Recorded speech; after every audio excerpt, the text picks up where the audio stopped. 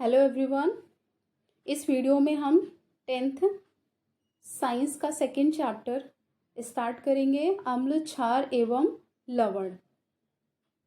बेटा, आप पिछली कक्षाओं में पढ़ चुके हैं कि भोजन का खट्टा कड़वा स्वाद भोजन में उपस्थित अम्ल या क्षार के कारण होता है। आपने ये भी सुना होगा कि घर में यदि कोई व्यक्ति ज़्यादा खाना खा लेता है तो उसकी एसिडिटी की समस्या हो जाती है, और उस एसिडिटी की समस्या को ख़त्म करने के लिए हम क्या करते हैं, बेकिंग सोडा का उपयोग करते हैं ना, या फिर हम इनो वगैरह लेते हैं। तो बच्चों, आपको पता है ये बेकिंग सोडा और इनो में क्या प्रेजेंट होता है, इसमें क्षार उपस्थित होता है। जब हम इस क्षार को लेते हैं, शरीर के अंदर लेते हैं, है ना, तो ये हमारे स्टमक में उपस्थित, पेट में उपस्थित जो एसिड होता है उसके प्रभाव को ख़त्म कर देता है। तो जब एसिड और क्षार आपस में मिल जाते हैं तो जो सॉल्यूशन बनता है वो न्यूट्रल हो जाता है ना, निष्क्रिय हो जाता है, दोनों का प्रभाव खत्म हो जाता है। तो एसिडिटी की समस्या जो है वो भी खत्म हो जाती है ना। और आप पिछली कक्षा में ये भी पढ़ चुके हैं कि जो अम्ल होते हैं वो स्वाद में खट्टे होते हैं और नीले लिटमस को लाल लिटमस में परिवर्तित कर देते हैं। ये भी पढ़ा होगा आपने कि जो क्षार होते हैं वो स्वाद में कड़वे होते हैं और लाल लिटमस को नीले लिटमस में बदल देते हैं। बेटा, आपने ये भी सुना होगा कि जो हल्दी के बारे में भी सुना होगा, है ना। तो हल्दी, जैसे कि हमने देखा है कि जब हम खाना वगैरह खाते हैं तो कपड़े पे गिर जाता है, और जब हम उस कपड़े को साबुन से या डिटर्जेंट से धोते हैं तो उसका कलर जो होता है, जहाँ पर हल्दी लगी हुई होती है वहाँ का कलर जो है वो चेंज हो जाता है, मतलब लाल कलर में बदल जाता है। तो हल्दी क्या करती, तो हल्दी भी यहाँ पर क्या कर रही है, एक प्राकृतिक सूचक है। हल्दी को प्राकृतिक सूचक बोलते हैं, जो कि सूचना दे रही है हमें, है ना, रंग परिवर्तन की सूचना दे रही है। तो लिटमस पेपर और हल्दी ये दोनों प्राकृतिक सूचक होते हैं। बेटा, अब प्रश्न उठता है कि ये सूचक क्या होते हैं। बेटा, सूचक ऐसे पदार्थ होते हैं जो अम्ल या क्षार की उपस्थिति को प्रदर्शित करते हैं, रंग परिवर्तन को प्रदर्शित करते हैं, वो सूचक कहलाते हैं। तो हमारे पास दो प्राकृतिक सूचक हैं, एक तो हल्दी है, दूसरा लिटमस पेपर, है ना। चलिए, तो हम पढ़ते हैं यहाँ पर अम्ल। अम्ल किसे कहते हैं, देखते हैं अम्ल किसे कहते हैं। सबसे पहले देखते हैं, अम्ल जो होते हैं वो स्वाद में खट्टे होते हैं, ये नीले लिटमस को लाल लिटमस में बदल देते हैं, ये जलीय विलयन में H+ आयन देते हैं। बेटा, सब मतलब आपको पता होना चाहिए, जो अम्ल होते हैं वो जलीय विलयन में H+ आयन डोनेट करते हैं, देते हैं। ये अम्ल की डेफिनेशन है, परिभाषा है ना। तो अम्ल की परिभाषा आपसे बनना चाहिए। तो अम्ल किसे कहते हैं आपको पता होना चाहिए, अम्ल जलीय विलयन में H+ आयन देते हैं। नेक्स्ट पढ़ते हैं हम लोग यहाँ पर प्रबल अम्ल। प्रबल अम्ल किसे कहते हैं, ऐसे अम्ल जो शीघ्रता से बहुत ही जल्दी जलीय विलयन में H+ आयन देते हैं, है ना, वो प्रबल अम्ल कहलाते हैं। अम्ल के कुछ उदाहरण दिए हुए हैं, जैसे HCl है, hydrochloric acid, H2SO4, sulphuric acid, HNO3, nitric acid, ये प्रबल अम्ल के उदाहरण है। इसी तरह से दुर्बल अम्ल। अब दुर्बल अम्ल किसे बोलेंगे, ऐसे अम्ल जो जलीय विलयन में कठिनता से H+ आयन देते हैं, मतलब जल्दी नहीं देते हैं H+ आयन, बहुत ही धीमी गति से देते हैं, इसलिए इन्हें दुर्बल अम्ल कहते हैं, है ना, वीक एसिड कहते हैं। जैसे इसका नाम है एसिटिक एसिड, है ना, CH3COOH। दूसरा है लैक्टिक एसिड और ऑक्सैलिक एसिड। ये कैसे अम्ल हैं, दुर्बल अम्ल हैं। सांद्र अम्ल, सांद्र अम्ल किसे कहेंगे, इंग्लिश में बोलते हैं कंसंट्रेटेड एसिड। ऐसा अम्ल जिसमें अम्ल की मात्रा अधिक होती है और जल की मात्रा कम होती है, उसे हम सांद्र अम्ल कहते हैं। दूसरा तनु अम्ल, जिसमें अम्ल की मात्रा कम होती है और जल की मात्रा अधिक होती है। नेक्स्ट क्षार, अभी हमने बताया था आपको क्षार किसे कहते हैं। सबसे पहले ये स्वाद में कड़वे होते हैं, ये लाल लिटमस को नीले लिटमस में बदल देते हैं, ये जलीय विलयन में OH- आयन देते हैं। याद रखना है आपको, अम्ल जो होते हैं वो H+ आयन देते हैं और जो क्षार होते हैं वो OH- आयन देते हैं। बेटा इसी तरह से क्षार के प्रकार होते हैं, दो प्रकार के होते हैं, प्रबल क्षार और दुर्बल क्षार। तो प्रबल क्षार कौन कौन से हैं? NaOH mean sodium hydroxide, KOH potassium hydroxide, CaOH twice calcium hydroxide. अब प्रबल क्षार क्यों कहते हैं? क्योंकि ये प्रबलता से OH माइनस आयन देते हैं जल में, इसलिए इनको प्रबल क्षार कहते हैं। दुर्बल क्षार क्यों बोलेंगे? क्योंकि ये कठिनता से OH माइनस आयन डोनेट करते हैं, प्रदान करते हैं जलीय विलयन में।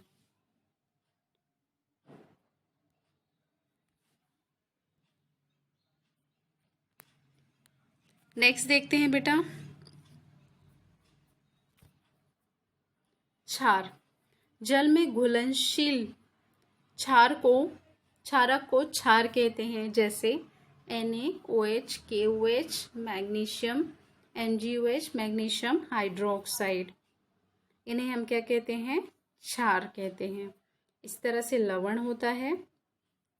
लवण जो होता है वो अम्ल व क्षार की परस्पर अभिक्रिया से बनता है। मतलब जब हम अम्ल और क्षार को मिला देते हैं तो वहाँ पर लवण तथा जल का निर्माण होता है। जैसे लवण NaCl मतलब जो घर में खाने वाला नमक होता है, सोडियम क्लोराइड, उससे हम बोलते हैं लवण, है ना। इसी तरह से KCl होता है। नेक्स्ट सूचक। अभी जैसे कि मैंने आपको बताया कि सूचक किसे कहते हैं? सूचक किसी दिए गए विलयन में अम्ल तथा क्षार की उपस्थिति को प्रदर्शित करते हैं। इनका रंग या गंध अम्लीय या क्षारीय माध्यम में बदल जाता है।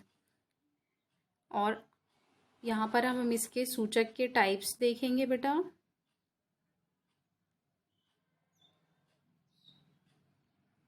सूचक के प्रकार, है ना, तो देखते हैं हम यहाँ पर। सबसे पहला आता है प्राकृतिक सूचक। अभी मैंने आपको बताया जो लिटमस पेपर होता है और हल्दी होती है वो प्राकृतिक सूचक होता है। ये पौधों में पाए जाते हैं, जैसे लिटमस, लाल पत्ता गोभी, हाइड्रेंजिया पौधे के फूल और हल्दी। नेक्स्ट होता है संश्लेषित सूचक या कृत्रिम सूचक, मतलब ऐसा सूचक जो प्रयोगशाला में बनाया गया है। तो ये क्या होते हैं? रासायनिक पदार्थ होते हैं, जैसे एग्जाम्पल दिया हुआ है मेथिल ऑरेंज और फिनोल्फ्थेलीन। थर्ड टाइप होता है गंधीय सूचक। इन पदार्थों की गंध अम्लीय या क्षारीय माध्यमों में बदल जाती है, जैसे प्याज, लौंग, तेल। ये भी एक प्रकार के सूचक होते हैं। नेक्स्ट आप देख रहे हैं यहाँ पर बहुत सारे सूचक दिए हुए हैं। सबसे पहले है प्राकृतिक सूचक, जैसे कि आपको बताया लिटमस प्राकृतिक सूचक है, हल्दी प्राकृतिक सूचक है, लाल पत्ता गोभी प्राकृतिक सूचक है, हाइड्रेंजिया के फूल जो हैं वो भी प्राकृतिक सूचक हैं। रंग या गंध में परिवर्तन अम्ल के साथ, है ना। तो लिटमस क्या करता है? अम्ल के साथ नीले लिटमस को लाल लिटमस में बदल देता है ना। और जो क्षार होता है, यहाँ पर देखो क्षार के साथ लिटमस की अभिक्रिया जब होगी तो वो लाल लिटमस को नीले लिटमस में बदल देता है ना। अब हल्दी के बारे में मैंने आपको बताया था। हल्दी जो है वो अम्ल के साथ तो कोई अभिक्रिया नहीं देती है ना, कोई बदलाव नहीं होता है, लेकिन साबुन में जैसे कि आपको बताया डिटर्जेंट में क्षार उपस्थित होता है और कलर कैसा कर देता है, कपड़ों का लाल कलर में चेंज कर देता है। इसी तरह से बच्चों और भी बहुत सारे सूचक दिए हुए हैं, आप इनको नोट करेंगे। नेक्स्ट देखते हैं अम्ल व क्षारों के रासायनिक गुण। रासायनिक गुण देखते हैं अम्ल के साथ और क्षार के साथ धातु की अभिक्रिया देखेंगे। जो अम्ल होते हैं वो धातु के साथ अभिक्रिया करके लवण और हाइड्रोजन गैस का निर्माण करते हैं, जैसे कि अम्ल HCl है और धातु Zn जिंक, है ना। जब धातु जो है वो अम्ल के साथ अभिक्रिया करेगा तो हाइड्रोजन गैस रिलीज होती है, याद रखना है आपको। इसी तरह से यहाँ पर हम देखेंगे क्षार के साथ अभिक्रिया, जब क्षार धातु के साथ अभिक्रिया करता है तब भी लवण और हाइड्रोजन गैस का निर्माण होता है। क्षार यहाँ पर एग्जाम्पल लिया हुआ है NaOH का, और जिंक के साथ अभिक्रिया कराएंगे तो यहाँ पर एक लवण बनेगा और हाइड्रोजन गैस रिलीज होती है। अब जो हाइड्रोजन गैस ये रिलीज हो रही है बेटा, इसको किस तरह से हम पता करेंगे? तो इसको पता करते हैं पॉप टेस्ट। क्या बोलते हैं?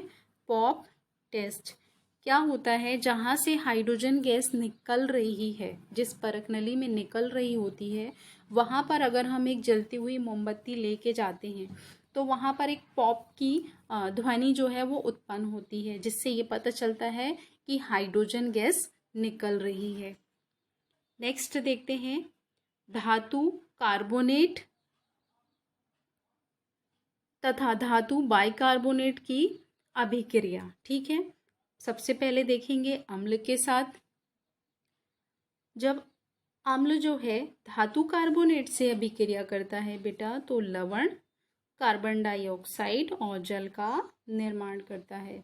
इसके पहले हमने पढ़ा था अम्ल की धातु के साथ अभिक्रिया। तो धातु के साथ अभिक्रिया में वो क्या बना रहा था? लवण और हाइड्रोजन गैस बना रहा था। लेकिन धातु कार्बोनेट और बाइकार्बोनेट के साथ यह कार्बन डाइऑक्साइड रिलीज करता है ना? तो याद रखना है आपको। इसी में देखते हैं हम धातु बाइकार्बोनेट के साथ, जब अम्ल धातु बाइकार्बोनेट के साथ अभिक्रिया करेगा तब भी लवण कार्बन डाइऑक्साइड और जल का निर्माण करेगा। अब बेटा देखो कि यहाँ पर जब कार्बन डाइऑक्साइड गैस रिलीज होगी तो हम उसको किस तरह से देखेंगे? गैस तो हमें नहीं दिखाई देगी,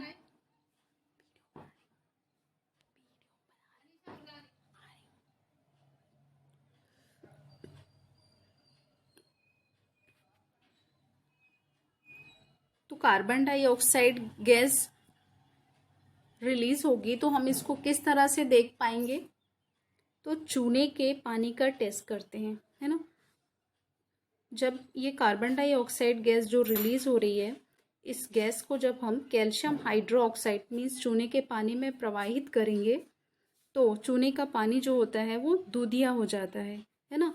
मीन्स वहाँ पर कैल्शियम कार्बोनेट का निर्माण हो जाता है, जिससे पानी जो है वो दूधिया दिखाई देने लगता है। नेक्स्ट